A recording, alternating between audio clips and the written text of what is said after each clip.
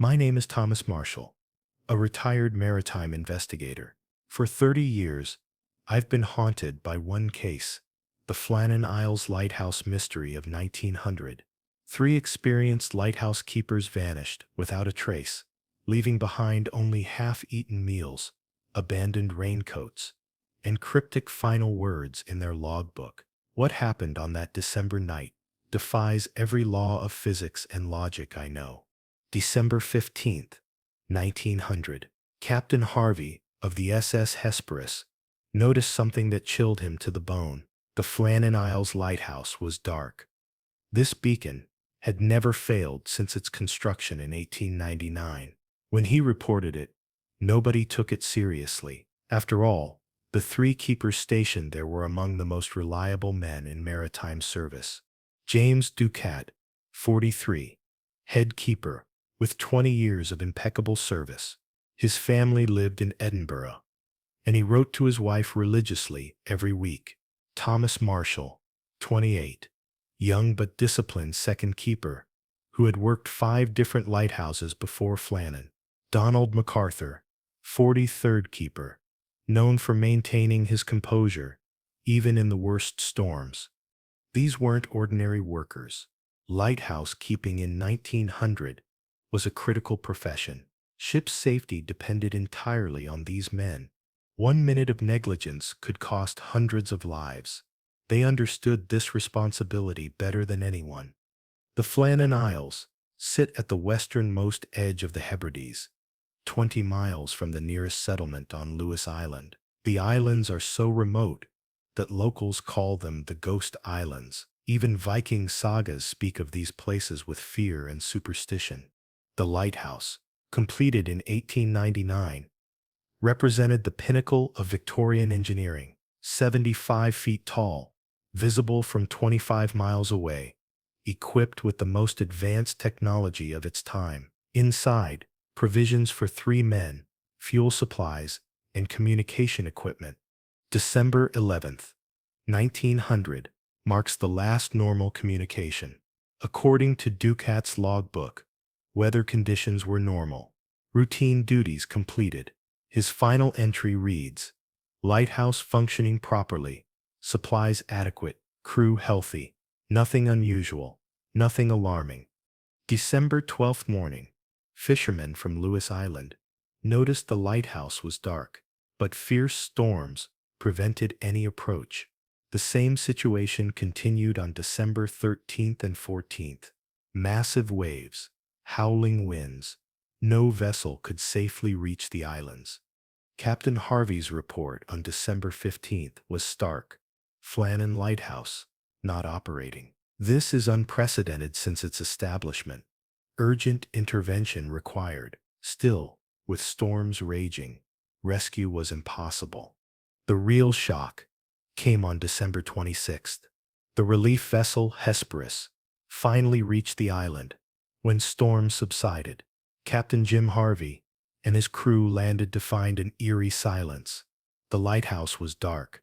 No signs of life anywhere. The lighthouse door was closed, but not locked. Inside, they discovered a scene that defied explanation. Half-finished meal on the kitchen table, raincoat hanging on a chair, cold coals in the fireplace. It appeared the keepers had simply vanished mid-activity. Harvey examined the logbook. The final entry was dated December 13th. But this entry was disturbing. Terrible storm. Rocks around lighthouse moving. Sea furious. Ducat anxious. Marshall crying. God save us all.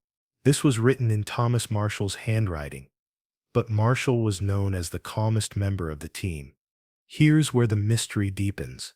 Weather records from December 13th show no severe storms in the Flannan Isles area. The meteorological office in Edinburgh recorded normal conditions, yet Marshall wrote about a terrible storm that apparently existed only around their lighthouse. The search of the lighthouse revealed more puzzling details.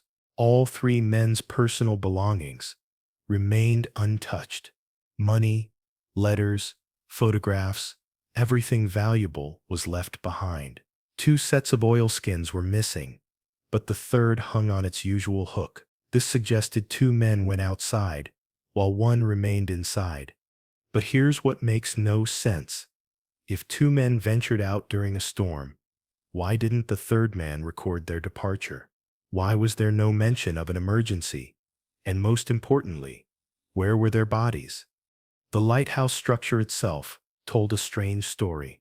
The landing platform, normally secured with heavy iron railings, showed signs of tremendous force. One section was completely twisted, as if struck by something immensely powerful. Iron mooring chains, each length thick as a man's wrist, were found snapped and scattered. Captain Harvey calculated the force required to cause such damage. His conclusion was staggering. It would take waves over 100 feet high, but waves of that magnitude would have destroyed the lighthouse itself. Yet the tower stood perfectly intact, its lens room undamaged. Local testimonies added another layer to the mystery.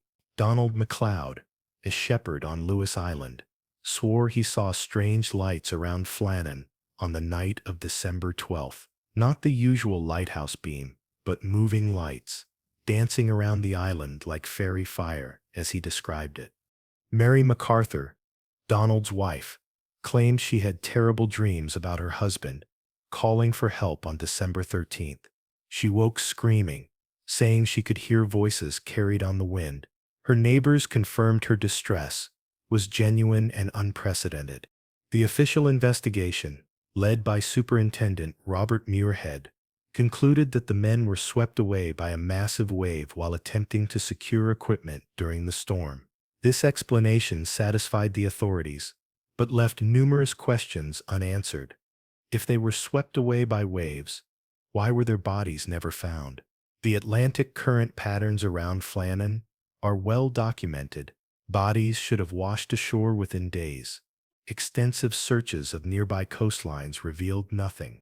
Why did Marshall write about a storm that meteorological records show didn't exist? Was he experiencing some form of psychological breakdown? But his previous service record showed no signs of mental instability. How could waves powerful enough to snap iron chains and twist steel railings leave the delicate lighthouse lens system completely undamaged? The physics simply don't add up.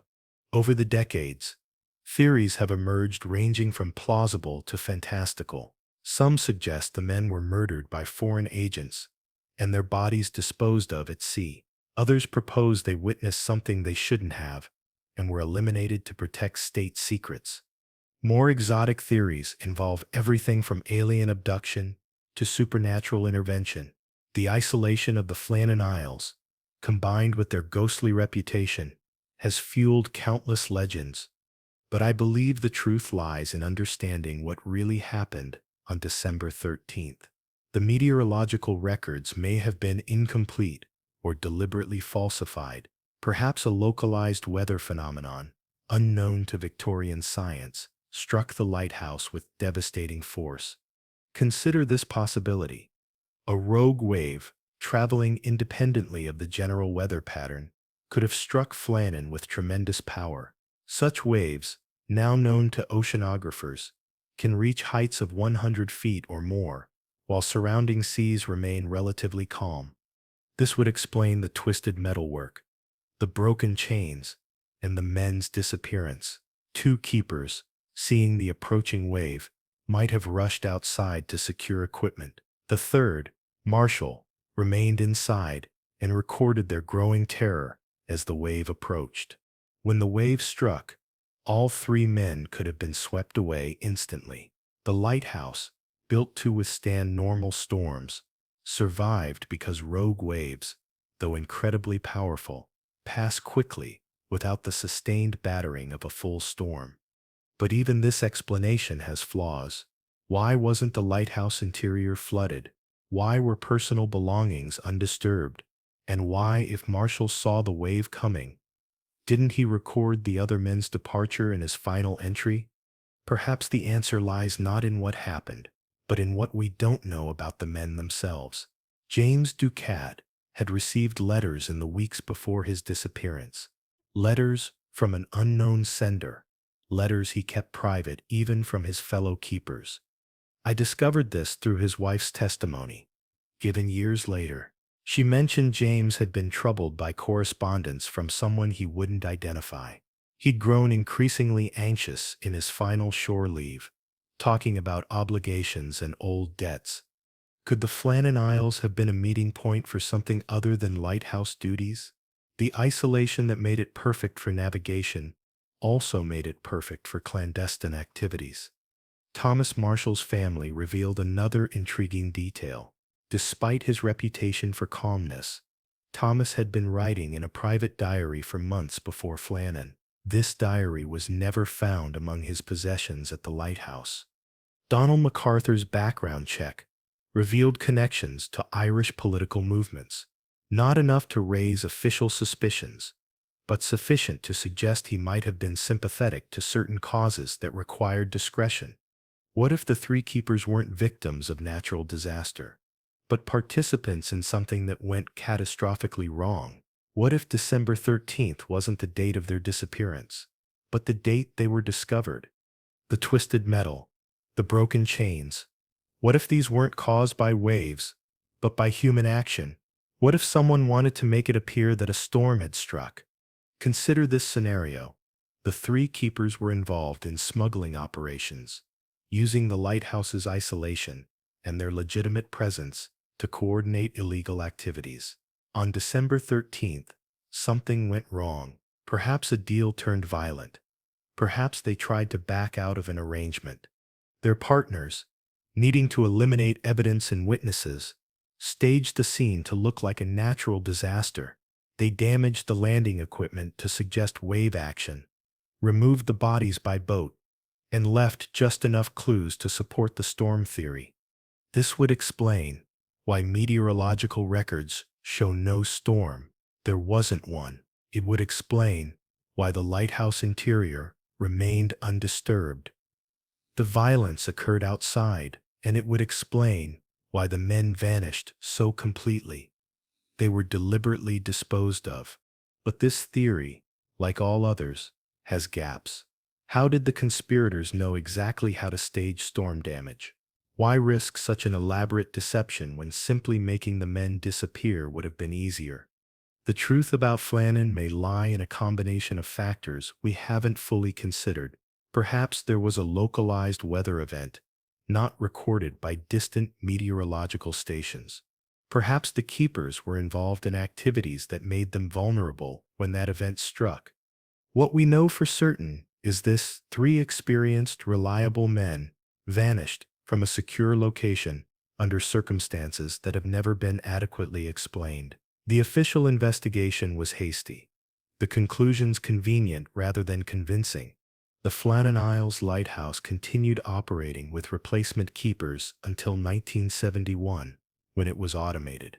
None of the subsequent keepers reported unusual incidents, but then again, they always worked in pairs and had radio communication, advantages the original three didn't possess. Today, the lighthouse stands empty, maintained remotely. Tourists occasionally visit the islands, but few stay long. There's something unsettling about the place, something that goes beyond its tragic history. I've spent 3 decades investigating this case, and I'm no closer to the truth than when I started. But I'm convinced of one thing: the official explanation is wrong. Whatever happened to James Ducat, Thomas Marshall, and Donald MacArthur on those December days in 1900, it wasn't a simple case of men swept away by storms. The mystery of Flannan Isles remains one of maritime history's most compelling unsolved cases. It challenges our understanding of what's possible, what's probable, and what really happened during those dark December days when 3 men simply vanished into thin air. Perhaps that's fitting. The sea keeps its secrets, and some mysteries are meant to remain unsolved, reminding us that despite all our modern knowledge and technology, there are still questions we cannot answer, puzzles we cannot solve. The Flannan Isles Lighthouse continues to flash its automated beacon, across the North Atlantic, but it can never illuminate the darkness that swallowed 3 men over a century ago. That darkness remains as impenetrable today as it was on December 26, 1900, when Captain Harvey first stepped into that silent lighthouse and discovered that sometimes people simply disappear